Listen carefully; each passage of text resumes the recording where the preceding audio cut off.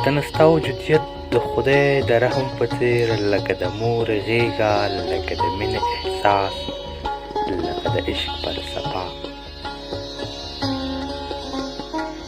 لکه د مینې احساس، لکه د عشق فلسفه، لکه وصال یوه شېبه، لکه د شونډو مسکا،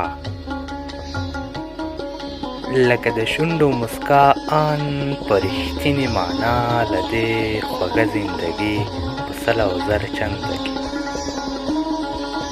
له دې خوږه زندګي په سل او زر چنده کې، خوږه خوږه ده ډېره قربان چې هېره نشي، قربان چې هېره نشي، روح ته سکون ورکوي، آرام قرار د زړګي هم شاعري ته مخلص لذت او کیف ورکوي.